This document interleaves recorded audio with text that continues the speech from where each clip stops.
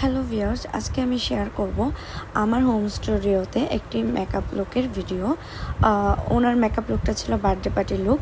আপু 1 মাস আগে ওনার birthday party makeup look আমার কাছে করার জন্য বুকিং করেন।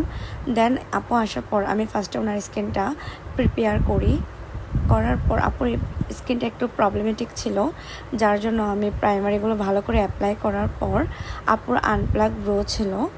ওনার আনপ্লাগ ব্রোটা আমি ফার্স্টে কিছু ড্র করে নিই, দেন কনসিলার দিয়ে বাকিটা ড্র করার পর আপুকে আমি একটা স্মোকি আই লুক দিই। আপুর কোনো ইচ্ছা ছিল না যে আপু এই টাইপের লুক করবে বা ওই টাইপের, বাট আপুর একটা কথা ছিল আপু গ্লিটার একটু কম দেবেন।